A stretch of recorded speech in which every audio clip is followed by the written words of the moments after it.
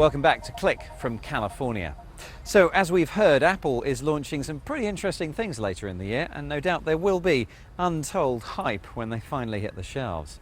These days it seems Apple has the Midas touch, succeeding where other companies have failed and enjoying a level of fanatical support amongst its customers that other outfits can only dream of.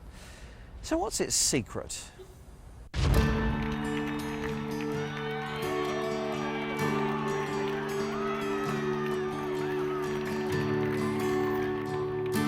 One thing's for sure, its success often flies in the face of conventional wisdom.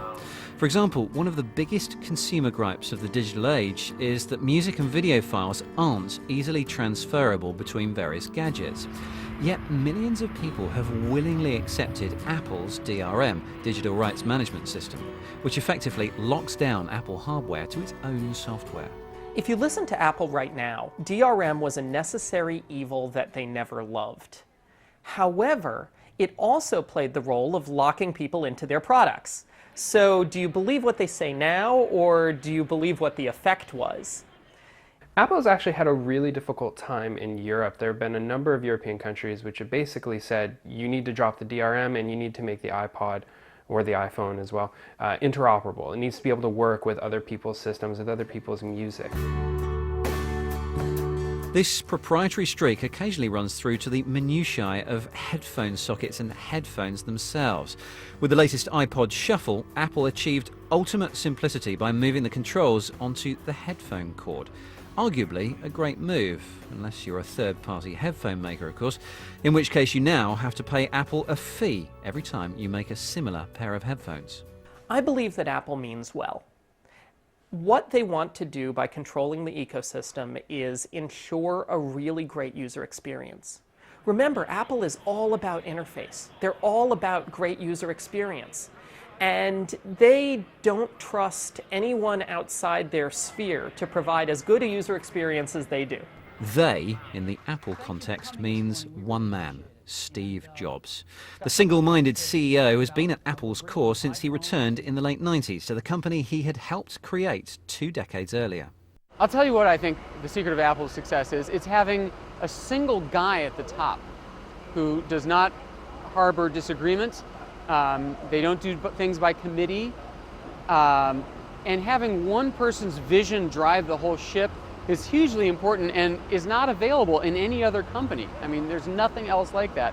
And what it means is they can do things so much faster and so much more efficiently.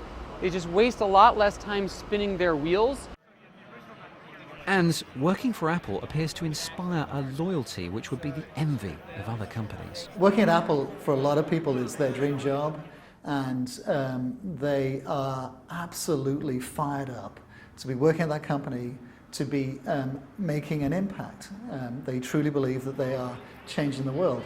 But Apple also is pretty demanding, and it puts them under a lot of pressure to come up with exceptional work.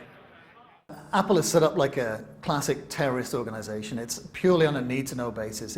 The hardware team doesn't know what the software team is doing, and vice versa. So often they'll find out when Steve Jobs takes a stage at Macworld and shows the public and also members of the company at the same time what exactly they've been working on. So the one hand, the left hand doesn't know what the right hand is doing.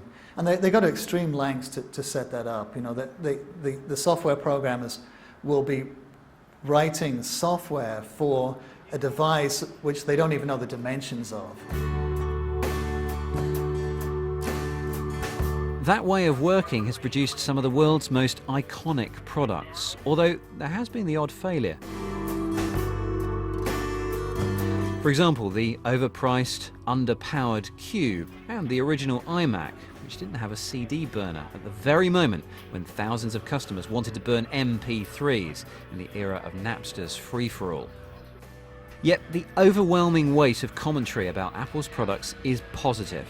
And that's because of its carefully crafted relationship with the media.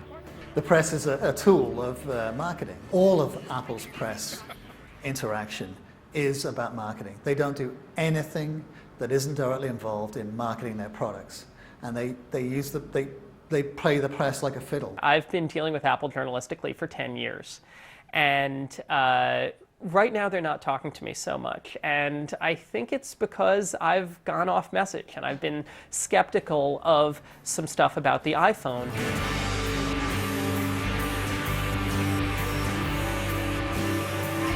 To get the incredible amount of good press at just the right moment, Apple is ruthless about secrecy across the board, which in turn has given rise to a whole new section of media coverage, the rumour blogs. Think Secret was so successful, Apple used legal means to put it out of business. But somehow, product rumours continue. Apple used to be very leaky, and a lot of it is Steve Jobs has been working very hard to prevent leaks. And the lawsuits against Apple Insider and some of the other rumor sites had an impact, but it also looked really bad for Apple. It looked like they were suing their fans, and then that was reported, and it made kind of some bad press. And so Apple isn't doing that anymore. And what they're really doing now is internally stopping people from talking to kind of rumor sites, and so that has had an impact. And a lot of the sources that we talk to are now people from other industry groups that are either clients of Apple or working around them. So it's getting a tighter ship. Whilst Apple has benefited from keeping a lid on the facts before they officially emerge, it isn't always the case. Take Steve Jobs' recent illness. Apple declared his gaunt look in 2008 to be a private matter and released underwhelming information which has only fueled the story and made it bigger news. The latest is that Jobs will return to the public arena at the end of June. But given the history of press statements, no one outside Apple knows what to believe anymore.